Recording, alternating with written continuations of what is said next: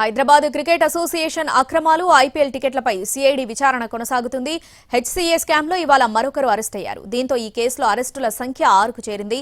ఇక HCA president Jaganmohan Rao, treasury Srinivasarao, CEO Sunil, general secretary Rajender Yadav, అతని భార్య కవితను విచారిస్తున్నారు సిఐడి అధికారులు. కాంప్లిమెంటరీ టికెట్స్ కోసం ఎస్ఆర్హెచ్ ను బ్లాక్మెయిల్ చేసింది హెచ్సీఏ. అప్పటికే 10% టికెట్స్ తీసుకుంటూ అదనంగా మరో 10% టికెట్స్ కేటాయించాలని డిమాండ్ చేసింది. అదనంగా టికెట్స్ ఇవ్వకుంటే మ్యాచ్ జరగబోనివ్వమంటూ బెదిరించింది. దీంతో మార్చి 27న హైదరాబాద్ లక్నో మ్యాచ్ సందర్భంగా పలు వీఐపీ బాక్స్లకు హెచ్సీఏ యాజమాన్యం తాళాలు వేసింది. దీంతో హెచ్సీఏ తీవ్ర ఇబ్బందులకు గురి చేసిందంటూ ఎస్ఆర్హెచ్ ఆరోపించింది. గ్రౌండ్ మార్చాలంటూ బీసీసీఐకి లేఖ రాసింది. దీంతో హెచ్సీఏ ఐపీఎల్ టికెట్స్ పంచాయతీపై ప్రభుత్వం విజిలెన్స్ విచారణకు ఆదేశించింది. అయితే విజిలెన్స్ విచారణలో హెచ్సీఏ టికెట్ల పంచాయతీ బట్టబయలైంది. కాంప్లిమెంటరీ ఐపీఎల్ టికెట్స్ లో భారీగా ఆర్థిక అక్రమాలు గుర్తించారు అధికారులు. విజిలెన్స్ నివేదిక ఆధారంగా సిఐడి దర్యాప్తు, ఆర్థిక అక్రమాలు, హెచ్సీఏ బ్యాంక్ ఖాతాల నుంచి అక్రమంగా నిధుల బదిలీలు, కొన్ని ఫోర్జరీ పేపర్స్ వంటివి గుర్తించారు అధికారులు.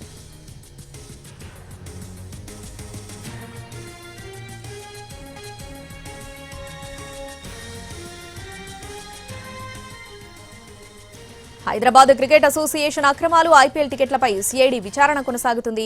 హెచ్సీఏ స్కామ్ లో ఇవాళ మరొకరు అరెస్ట్ అయ్యారు. దీనికి సంబంధించి పూర్తి అప్డేట్స్ మా ప్రతినిధి రాధాకృష్ణ లైవ్ లో అందిస్తారు. రాధాకృష్ణ,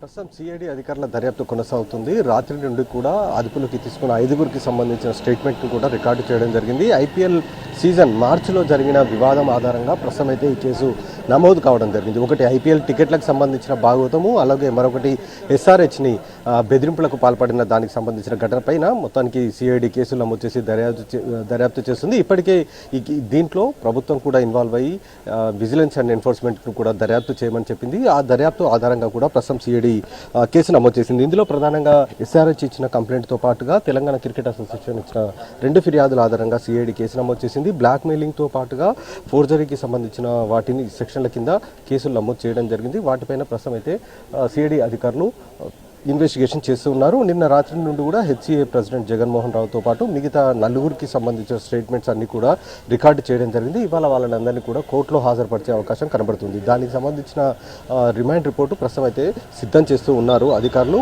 ప్రధానంగా ఎస్ఆర్హెచ్కి సంబంధించిన దాంట్లో ఎస్ఆర్హెచ్ని చాలా వరకు బెదిరింపులకు పాల్పడ్డారు అనేది ప్రధాన అభియోగాలు ఉన్నాయి. ఎస్ఆర్హెచ్ మ్యాచ్ లక్నోతో జరుగుతున్న మ్యాచ్ సందర్భంగా కేటాయించిన బాక్స్ ఏదైతే ఉంటుందో ఆ బాక్స్కి తాళం వేశారు. అధికంగా 10% టికెట్లు కావాలంటూ కూడా బెదిరింపులకు పాల్పడినట్లు కూడా ఎస్ఆర్హెచ్ ఫిర్యాదు చేయడం జరిగింది. ఇటు బీసీసీఐతో పాటుగా క్రికెట్ అసోసియేషన్కి కూడా ఫిర్యాదు చేయడం జరిగింది. దీనిపైన విజిలెన్స్ ఎన్ఫోర్స్మెంట్ దాడులు చేయడం, దాదాపు వారం రోజులకు పైగా కూడా దర్యాప్తు చేయడం జరిగింది. ఒక నివేదికను కూడా రూపొందించి ప్రభుత్వానికి సబ్మిట్ చేసింది.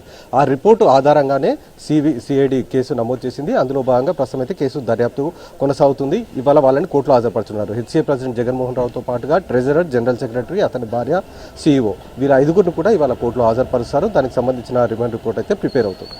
రాధాకృష్ణ, కోర్టులో హాజరుపరిచిన తర్వాత నెక్స్ట్ ప్రొసీడింగ్స్ ఏంటి? కస్టడీ పిటిషన్ వేసే అవకాశం ఏమైనా ఉందా?